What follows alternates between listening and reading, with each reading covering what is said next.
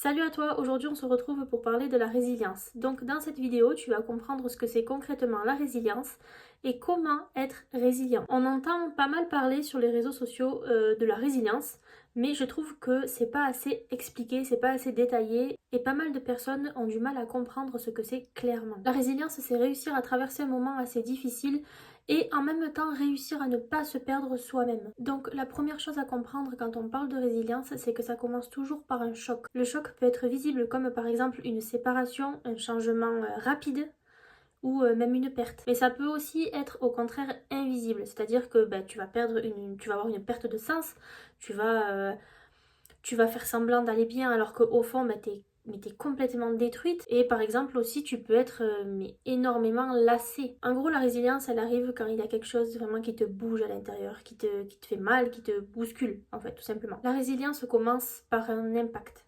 C'est-à-dire que c'est le moment où tu prends conscience qu'il y a quelque chose qui ne va pas, il y a quelque chose qui te dérange, qui ne te convient pas du tout. Et bien sûr, c'est à ce moment-là, c'est-à-dire dans la première étape, on va dire, qui est l'impact, que tu te sens à fleur de peau, que tu te sens perdu, que tu te sens mal tout simplement. Et c'est dans cette étape-là qu'il y a beaucoup de personnes qui vont vouloir tout arrêter, ou au contraire, d'autres personnes vont vouloir minimiser la chose, vraiment faire comme si ça n'existait pas. Et les personnes qui refusent de vivre l'impact, elles restent bloquées dans cette étape, dans cette phase-là. Il va falloir d'abord commencer par se dire oui, là, c'est difficile ce que je suis en train de vivre. Et bien sûr, c'est pas pour se plaindre, c'est juste pour être honnête envers soi-même. Et ensuite, il y a la seconde étape, la seconde phase que je nomme la désorientation. C'est-à-dire que là, tu te sens un petit peu perdu, tu sais plus trop qui tu es, tu sais plus trop où tu en es, évidemment, et tu ne sais pas trop comment avancer. En fait, tes repères, ils ne fonctionnent plus trop comme avant. C'est-à-dire que ce qui te motivait, aujourd'hui, ça ne te motive plus. En gros, cette étape, il faut la voir comme un moment de pause. En fait, c'est un moment où ton système intérieur,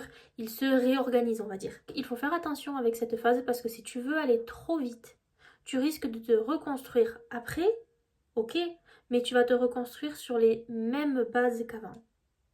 Et c'est pas le but. Ensuite, pour continuer le schéma, il y a une troisième étape qui est la compréhension. La compréhension, c'est le moment où tu commences à te poser les bonnes questions. Tu te poses les bonnes questions pour comprendre. Attention, c'est pas pour te juger, pas pour te faire de mal, pas pour te salir. Et c'est là où moi je te conseille de te poser les trois questions suivantes. La première, c'est qu'est-ce que cette épreuve t'a montré? La seconde, c'est qu'est-ce que tu as toléré trop longtemps? Et la troisième, c'est qu'est-ce qui n'était plus aligné avec toi avant que ça se casse? Il faut savoir que la résilience, elle devient réelle quand tu transformes ce que tu as vécu en apprentissage. Et c'est très important parce que tant que tu ne comprends pas ce que tu vis, tu continues de subir. Et on arrive à l'avant-dernière étape qui est la reconstruction. Et bien sûr, contrairement à ce que beaucoup de personnes imaginent, non, la reconstruction, c'est pas une transformation spectaculaire. La reconstruction, c'est quand tu parles à ta personne plus gentiment, quand tu fais des nouveaux choix, quand tu poses plus de limites ou des limites différentes. C'est aussi des ajustements et bien sûr tu ne redeviens pas la même personne qu'avant. Et c'est à ce moment-là que tu commences à agir, bien sûr à ton rythme, et que tu fais des choses simples et alignées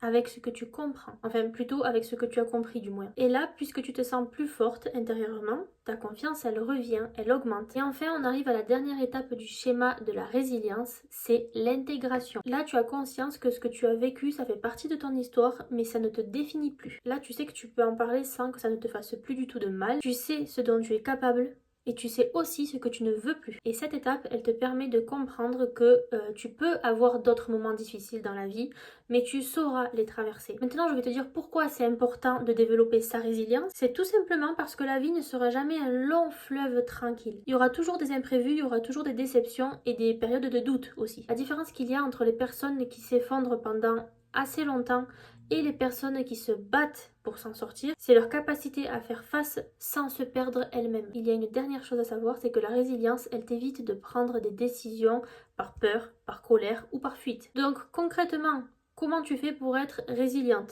Je vais te globaliser ce qu'on vient de voir en détail. La première chose, c'est d'arrêter de vouloir aller bien trop vite. Ensuite, il faut apprendre à écouter ses émotions. D'ailleurs, j'ai fait une vidéo sur ça, je te laisse aller voir sur ma chaîne. Après, il faut aussi accepter que certaines phases prennent du temps. Et surtout, il faut te donner un cadre pour avancer. Maintenant, on arrive à la fin de cette vidéo. Donc, si cette vidéo t'a plu, si elle t'a aidé, n'hésite pas à liker, à la partager à quelqu'un qui a besoin de développer sa résilience. Et n'hésite pas à t'abonner si ce n'est pas déjà fait. Je te dis à très vite pour une prochaine vidéo.